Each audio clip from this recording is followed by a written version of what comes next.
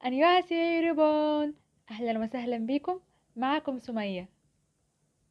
أخدنا في الفيديو اللي فات القسم الأول من الحروف الصوتية أو الحركات، واللي بتتكتب على يمين الحرف الساكن.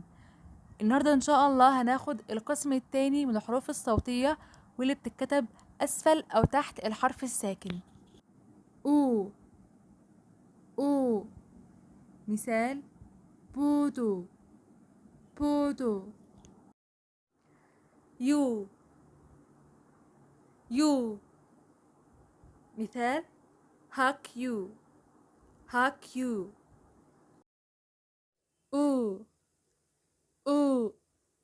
مثال: أوري أوري.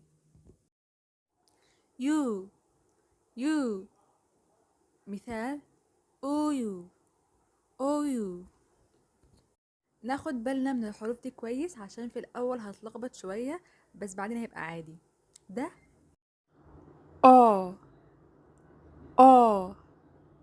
أو أو أو أو.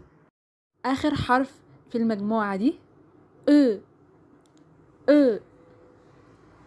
مثال: أمشك أمشك. وبكده اكون خلصت الفيديو. ما تنسوش تعملوا لايك وسبسكرايب وكمان شير، وان شاء الله تشوفوا الفيديو الجاي على خير. مع السلامة. انيو.